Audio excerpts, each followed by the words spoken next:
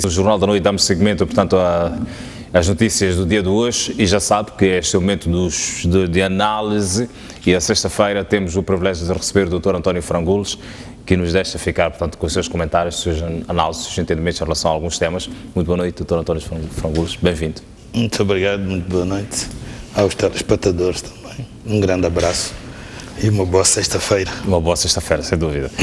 Dr. Frangules, sugere-nos hoje falarmos um bocado sobre a visita do presidente turco a Moçambique, Recep Tayyip Erdogan, que fez uma visita, portanto, a alguns países africanos, entre eles Moçambique, depois de ter passado, portanto, pela Tanzânia e pelo Madagascar, veio a Moçambique numa perspectiva diplomático-político e também económico, apelar sobretudo ao nosso país que fizesse, portanto, colaborasse na matéria, portanto, da extradição de alguns cidadãos turcos no país. Gostava, numa primeira fase, que fizesse uma análise, um comentário em relação à visita de Recep Tayyip Erdogan a Moçambique. Bom, infelizmente, né, gostaria até de chamar uma cruzada, Pois. em vez de uma visita. Uma cruzada a Moçambique, uma cruzada à África, né? Porque finalmente não foi só para o nosso país, como foi para mais 2 países africanos. E uma cruzada triste, Okay. porque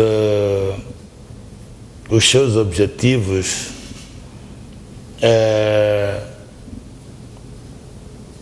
longe de serem, digamos, objetivos pouco claros, mas, acima de tudo, porque são periclitantes em relação àquilo que é a nossa soberania. Porque o que ele quis dizer é que, olha, eu vim aqui a troco de dinheiro, não é? Pedir que vocês violem a vossa Constituição e violem as demais normas ou demais instrumentos, os demais instrumentos de direito internacional de que vós sois signatários.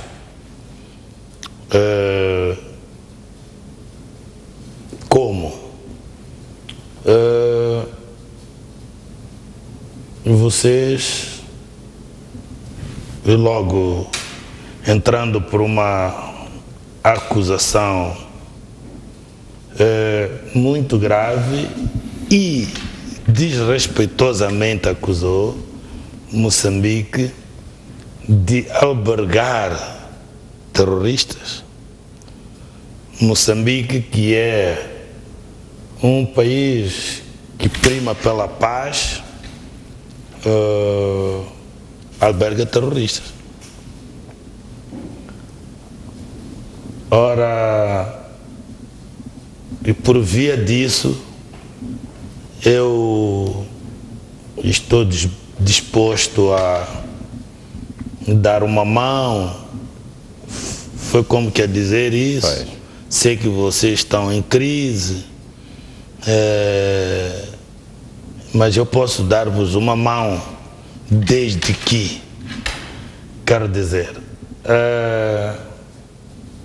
no lugar de uma diplomacia econômica, sem interferir naquilo que é a soberania desse país, neste caso concreto, ele veio conseguinte pedir-nos para nós nos submeter ao seu capricho, a sua paixão política, sabido que ele não é nenhum exemplo no capítulo de democracia. Pois. É verdade que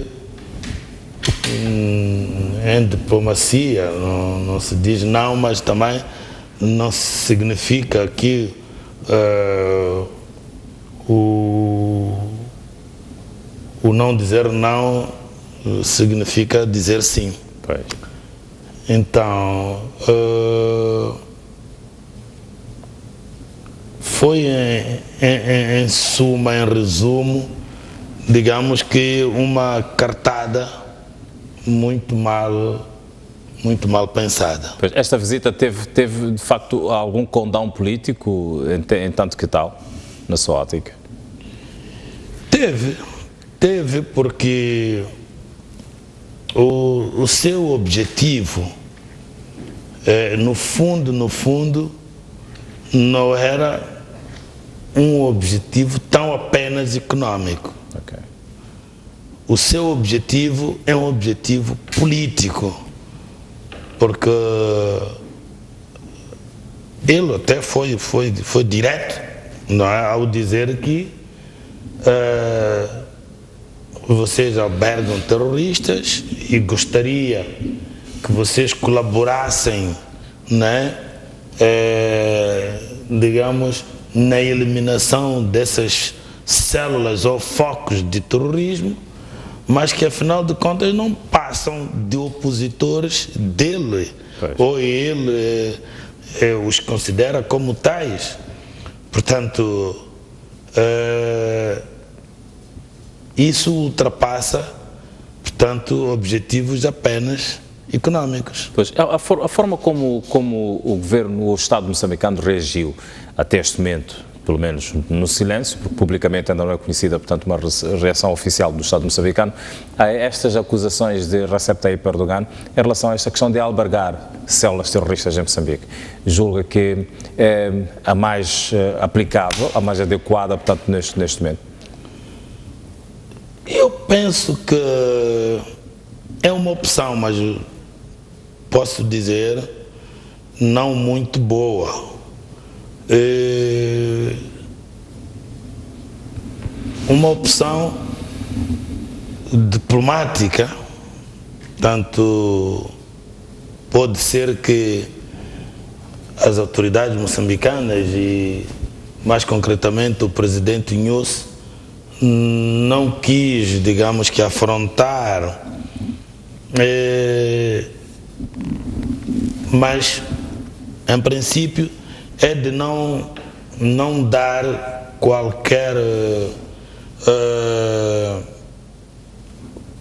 desenvolvimento às pretensões dele, mas mais do que isso, seria bom que em tempo oportuno o presidente Nyusi, ou através do seu ministro dos Negócios Estrangeiros, pudesse, perante o povo moçambicano, informasse qual é a posição de Moçambique, que é a posição dele, é a posição de Moçambique, em relação a estas graves acusações que Erdogan veio fazer publicamente e na primeira pessoa ao nosso país. Pois. Eu assino por baixo, penso por mim mesmo, mas vi alguma informação e alguma análise nas redes sociais a dizer que não, porque não devia ter tomado aquela posição. Estou a referir-me do David Simango, que é o presidente do MDM, foi muito contundente, claro e objetivo em relação àquelas acusações. Não, nós temos personalidade jurídica internacional, nós temos prestígio, nós temos dignidade, nós temos honra. Então não podemos aceitar ser vilipendiado, sermos escamoteados assim, impávidos e serenos, mudos e calados. E eu penso que em devido tempo há de haver uma reação, senão, quer dizer, vamos começar a ter problemas de dizer que nós somos um país. Pois, o silêncio do Estado pode ser inquietante daqui a... Pode ser inquietante na medida em que pode significar uma subscrição das pretensões, embora essas pretensões do Erdogan não passam. Quer dizer, não é possível aceitar e materializar também ao mesmo tempo, significaria aceitar, arcar consequências mais graves do que não aceitar. Por quê? Porque eu até deixei a Constituição no carro, mas alguma coisa de cor e salteado me vem à cabeça. Por exemplo, no artigo 67, vem lá, portanto, muito claramente, né, que não há extradição, tanto sem um acordo. E essa extradição tem que ser por crime comum, não é? E mesmo assim é um processo, digamos que formal e com garantias muito sólidas juridicamente. Portanto, tem de ser judicialmente, e a extradição é decidida ao nível do Tribunal Supremo. Repare, não é um tribunal qualquer. Portanto, por crime comum. Mas nós não, isso quando temos um acordo de extradição. Mas com a Turquia, neste caso concreto, não temos nem para crime comum. O número 2 veda, portanto, a extradição por paixão política, por questões políticas, perseguição política, que é este o caso. No número 3, ainda faz uma exceção, no sentido de que, mesmo quando se trata de crime comum, quando se tiver, não é, a certeza de que ele, para onde vai sofrer torturas, e pode ser até, se lá para onde vai o crime é de pena de morte, mesmo que se trate, não é, de crime comum, a lógica é que nós, não tendo crime de pena de morte ou perpétua, não faz sentido que nós autorizemos, portanto, uma extradição por um crime que vá a pessoa ser condenada, portanto, a pena de morte ou a um crime perpétuo. Então, nas 3 situações, nós não temos de modo nenhum uma possibilidade de fazer passar as pretensões aqui deixadas pelo presidente Recep Tayyip Erdogan. E eu quero acreditar que ele, antes de cá vir, pediu assessoria à sua equipe, não é? Para poder ver quais as normas, não é, constitucionais em relação a esta matéria. E de certeza que ele veio a saber que Moçambique não tem como fazer passar as suas pretensões. Pois, nesse contexto, a diplomacia turca terá falhado em relação ao estudo que fez, portanto, sobre Moçambique, ou sobre a situação que poderia haver encontrar em Moçambique? Eu nem posso dizer sim ou não. Quer dizer, eu prefiro até presumir positivamente que fez o estudo e deixou, portanto, na mesa do presidente, mas o presidente pura e simplesmente fez vista grossa aquilo, porque a paixão política tem exatamente isto, tudo que é paixão, não é? Se deixarmos para o crime comum, encontramos outros crimes que são cometidos por uma questão de paixão, não é? A paixão política não tem limites. Há um spot que anda por aí, Paixão Sem Limite, foi buscar exatamente desta asserção filosófica de que a paixão política não tem, toda a paixão não tem. Costuma-se dizer em filosofia, há razões do coração que a razão humana não entende. É exatamente a paixão. Portanto, a paixão é cega. A paixão não olha a razão, não olha a sua razão, o seu direito, simplesmente quer que aconteça aquilo que lhe vai na alma. Portanto, por esta via do pensar, quero acreditar que a equipe dele há de muito bem tê-lo alertado que, ou então, isso acontece muito quando o dirigente é do tipo totalitário, quando consegue ver que isto pode não satisfazer o chefe, pura e simplesmente primar pelo silêncio ou pelo engano, quer dizer, enganar ao chefe. Mas para nós não podemos nunca presumir que ele não tenha conhecimento, porque ele mesmo sozinho pode ler a Constituição moçambicana, só pedir para lhe traduzir, não é mais nada. Pois.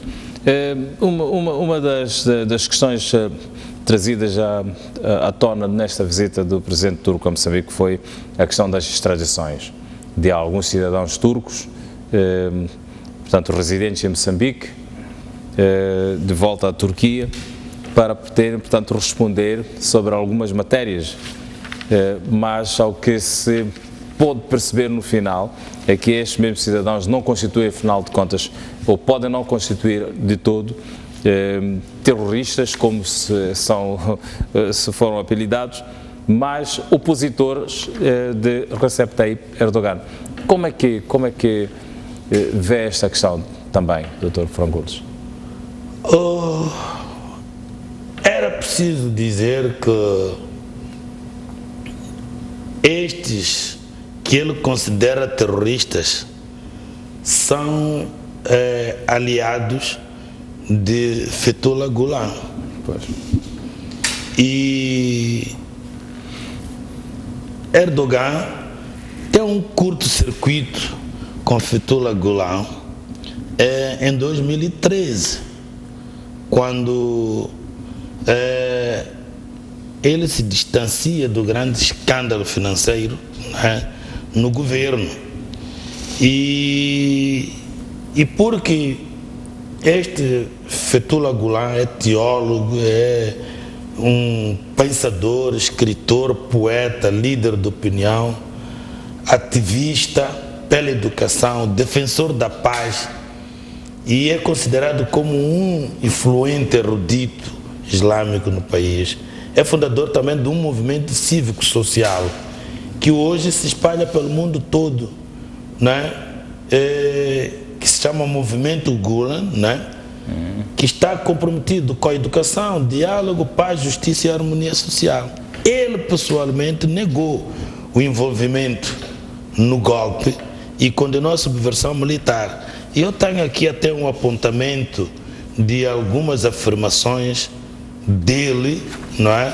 Relativamente a esta questão, que ele dizia que não faria sentido ele, defensor da paz e da harmonia social e contra o terrorismo, ele que assistiu a vários golpes de Estado, não faria sentido ele aparecer como organizador de qualquer golpe.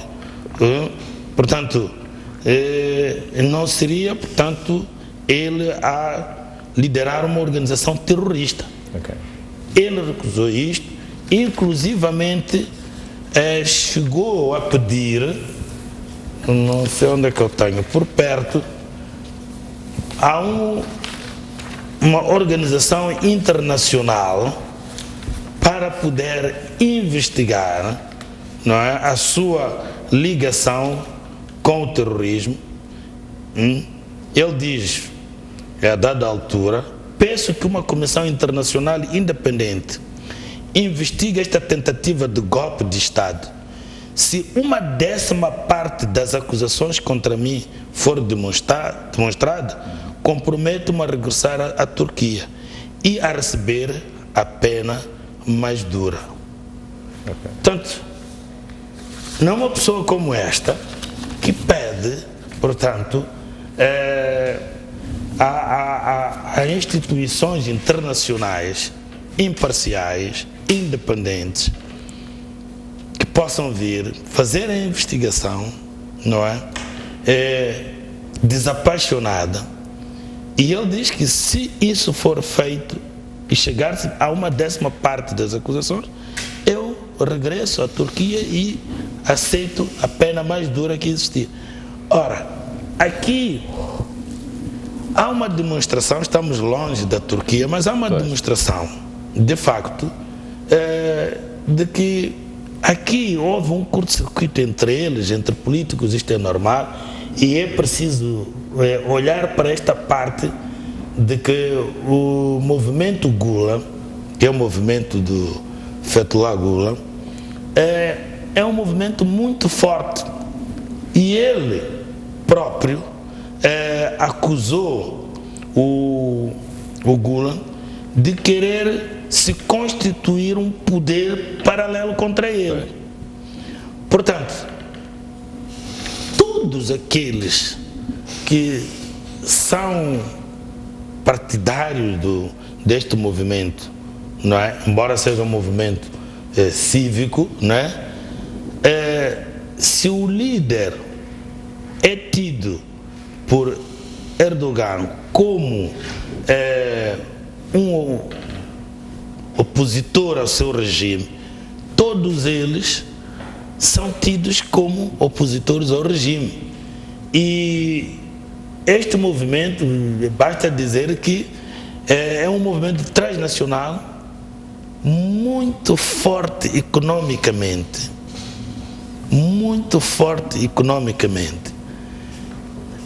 e constitui uma ameaça constante ao poder de Erdogan, que não é nenhuma flor que se cheira, a partir das suas opções políticas, um conservador da direita, um defensor de um governo centralizado, forte, não é?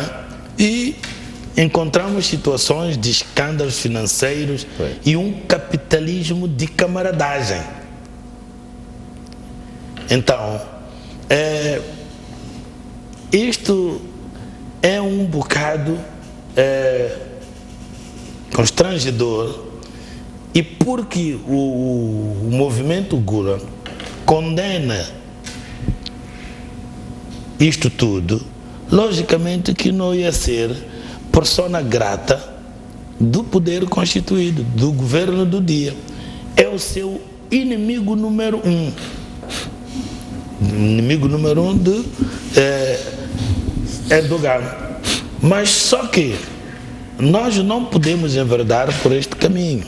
Primeiro porque estes indivíduos não são, até prova em contrário, terroristas, mas sim adversários políticos do poder constituído na Turquia. E, como se não bastasse, eles estão em volta de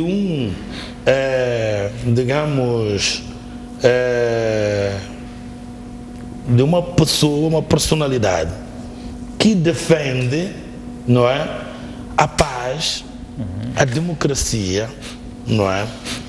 Então, não faz sentido, porque na Constituição partir dos artigos 17, 18, 19 e 20, que é a política externa de Moçambique, nós defendemos todos os soldados da paz e da democracia. E, inclusivamente, nós nos afirmamos como solidários e indivíduos que acoitam, portanto, estes indivíduos. Então, se é por essa via, nós, se formos a dar, digamos que, a dar mão às pretensões do RCEP, nós estaríamos a pontapear, se não mesmo a rasgar, a Constituição, para além de que nós reconhecemos como leis do nosso direito todas aquelas convenções e tratados que nós somos signatários. Pois, de forma hipotética, coloquemos essa hipótese de Moçambique, o Estado moçambicano, aceitar, enveredar, portanto, por uma colaboração com o Estado turco, o que é que acontece? Politicamente. Porque, pois, economicamente, pois, não vejo problemas de maior. Mas se nós enveredarmos por abraçar a política, digamos, de Erdogan, nós devemos de arranjar muitos problemas, que já os temos demais. Pois. Porque as próprias políticas de Erdogan são contestadas, por exemplo, na Europa, pelos Estados Unidos, o que significa que nós só haveríamos de deitar mais petróleo, não é? Na brasa que já temos. Na brasa que já temos. Portanto, não seria uma boa opção política. Portanto, do lado econômico, também teríamos um outro problema, é que o nosso direito, não é? O nosso direito constitucional, começando pela Constituição, defende a propriedade. Pois. E seria um problema sério, quero dizer, o indivíduo que tem propriedade até imobiliária em Moçambique e foi autorizado, não é? Tem todos os documentos em dia, para de repente, como foi o pedido, um bocadinho depois do 15 de julho de 2016, por uma carta, não é? O governo de Ankara pedia que Moçambique fechasse todas as escolas deste movimento Gulen, porque as escolas Willow são deste movimento Gulen. E dizia o governo de Ankara que vai construir, não é? As escolas com a mesma ou com maior qualidade que essas que vai ter que fechar. Mas isto aqui seria de uma ingenuidade aceitar, porque os governos passam. Hoje é o Erdogan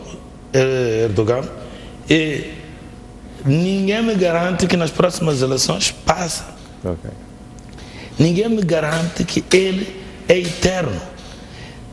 Imagina que o governo de Moçambique subscreve essa pretensão e logo a seguir há uma mudança política na Turquia. O governo que entra é o governo, por exemplo, de alguém que inclusivamente é dos que eram considerados, não é, opositores. Pois. Como é que ficaria Moçambique em relação aos últimos investidores da Turquia a Moçambique? Eu penso que nós preferentemente devíamos olhar para uma diplomacia econômica aberta. Aqueles que já investiram, não é? Já têm um direito adquirido E se isso não for a criar problemas, também estes outros poderão também vir a Moçambique investir, mas investir como privados, não como correligionários, não é, do governo, partidários do governo, porque nós começaremos a ter problemas sérios. Porque se diz que aqueles são células terroristas, se a intenção é essa, vai mandar investidores com uma certa apetência.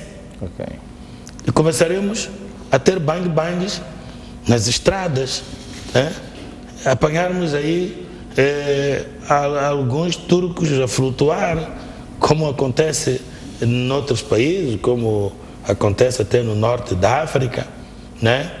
E a propósito disso, quer dizer, isto é um pouco ou igual àquilo que o presidente do Ruanda também chegou a vir pedir aqui em Moçambique. Kagame, porquê esta escolha, portanto, de Moçambique, ou este olhar sobre Moçambique? Será de facto que o nosso país é um espaço que aparenta ser vulnerável para a recepção destes cidadãos procurados nos seus países, ou que exercem a política ou o ativismo social nos seus países e que depois encontram no espaço físico de Moçambique um lugar, portanto, cómodo para estar e para exercer as suas atividades estando na diáspora? Bem, em primeiro lugar, pode ser um bom destino, não é?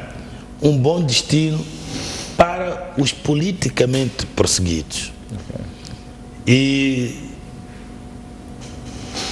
é bom, é bonito, se esses perseguidos, inclusivamente, são perseguidos em razão das suas ideias, não é? Ou das suas ideologias pró-democracia e pró-paz.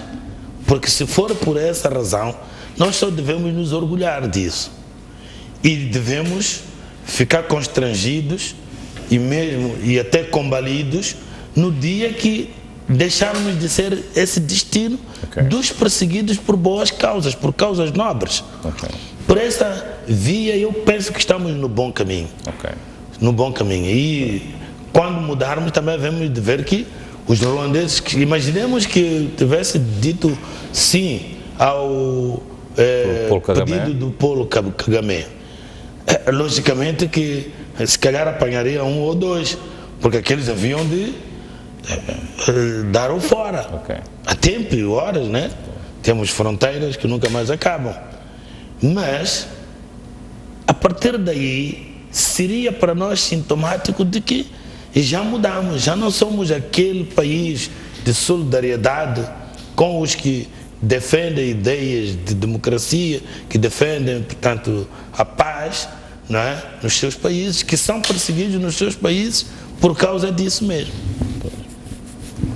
Mas também levantaria, por outro lado, uma eventual aceitação do governo moçambicano nas pretensões, quer do Paulo Kagame, quer, portanto, de Recep Tayyip Erdogan, poderia levantar problemas, ou algum problema até de entendimento diplomático, político, com outros parceiros do próprio país. Estamos a falar, por exemplo, de parceiros que tenham também interesse em Moçambique e que, eventualmente, não vejam com bons olhos a política exercida, ou o modo de exercício de política de Recep Tayyip Erdogan, no caso concreto. É muito lógico porque se estes indivíduos são simplesmente adversários políticos e Moçambique for dar, digamos que, a mão aos seus perseguidores, sairíamos muito mal na diplomacia internacional, nas relações internacionais. E logicamente que teríamos problemas com os parceiros, não é? Do governo, por exemplo, que for defensor, por exemplo, da paz e democracia, porque nós estaríamos ou teríamos mudado, porque nós temos que entender que os países têm a sua soberania, têm as suas opções, e pelas suas opções de soberania são classificados. Então, pelas nossas opções, as nossas opções que podem ter a ver com apetências de várias ordens, até apetências económicas, por aí em diante, nós podemos ser classificados um país, por mais que a gente tenha na Constituição, somos um país de justiça e democracia, paz e democracia, mas na prática sermos, por conseguinte, classificados como um país que não defende a democracia, é um país que está contra os direitos humanos, acima de tudo. É só de ver que naquele falhado golpe de 15 de julho de 2016, nós temos qualquer coisa como 265 militares mortos, 47 civis mortos, 43 mil pessoas presas, 2.839 são militares e as restantes são juízes, procuradores, jornalistas nacionais, estrangeiros. Fechou-se, como é que vou dizer, órgãos de televisão, jornais e tudo mais. Quer dizer, viram um autêntico inferno, não é? Antidemocrático. Pois, 43 mil pessoas detidas é muita coisa por uma tentativa de golpe de Estado. Começou a bloquear os twitters, os whatsapps e uma série de meios de comunicação. Ora, um governo que faz isso está mais do que dito. Nós aqui em Moçambique, só de você obrigar a pessoa a ir a registrar os números e dizer que tem aí uma empresa que está a ouvir todas as nossas chamadas, nós já regredimos. A nossa percepção é que ainda não estamos num autêntico inferno, mas estamos aí no purgatório, né? A caminho do inferno.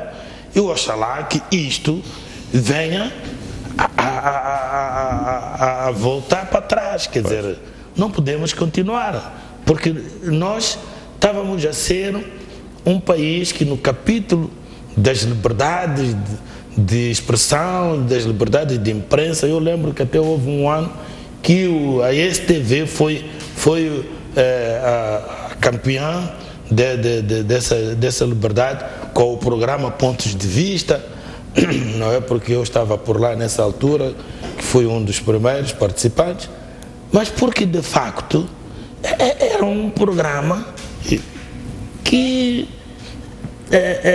traduzia, era um espelho de uma liberdade pouco vista em África. Liberdade, mas já não se pode dizer em 2016, 2017, a partir de 2005, que as tais liberdades começaram a ser cerceadas, a ser comprimidas, e o nosso receio é que de comprimidas não passem para suprimidas. Porque não quer dizer que vai ser o paraíso, o festival para os políticos, até porque vai ser o contrário. Porque um país de oprimidos é um país instável socialmente, e o social é o político. Portanto, os votos que se fazem é que de facto não se suprimam as liberdades, porque suprimindo-se as liberdades para ficar um governo totalitário, quer dizer, era voltar sei lá quantos anos para a história. Porque afinal de contas, não é? Quando nós manuseamos os nossos livros de história, não é? O pronacionalismo, o nacionalismo, não é? Até a Revolução, a Independência, nós encontramos que os moçambicanos estavam a sentir o aperto nos seus direitos, liberdades, e que não seria bom dar passos para trás, mas passos para frente, no capítulo do desenvolvimento, da democracia, da paz. Quer dizer, É isto que o homem deseja. A tal felicidade do homem não é ter milhões no bolso ou no banco. Tal felicidade, no mínimo, é ter isto, ter a liberdade. Eu lembro-me de uma curta-metragem que dizia: deixa-me pelo menos subir o coqueiro, coisa parecida. Quer dizer, é a única riqueza que eu tenho, os cocos que andam ali em cima, deixem pelo menos subir os coqueiros. Portanto, é por aqui onde surge o paradoxo, por exemplo, da Líbia, onde não faltava nada, entre aspas. Afinal, faltava, senão não tinham enveredado. Aqui podemos estudar o modus e etc, etc, o co-factor, como é que aquilo se fez e não se fez. Aquelas pessoas naquela altura estão tomadas por um descontrole emocional, mas se formos a ver, a causa mais próxima é que faltava-lhes uma coisa. Não era de pão, não era de mesa, não era de cama. Talvez lhes faltasse vinho, mas não era o que não era o essencial, nem o importante, se calhar, a lei seca nos Estados Islâmicos. Mas faltava-lhes uma coisa que é essencialíssima no homem: é a liberdade. A liberdade é um bem nobre. É tão igual o valor da liberdade como o valor da própria vida desse homem onde a liberdade reside. Não se pode dissociar esta liberdade do próprio homem. Porque a liberdade é digamos que, a natureza do homem. Um ser livre. Nascer livre e continuar livre. E bom, há fases da história em que a pessoa já nascia escravo, né?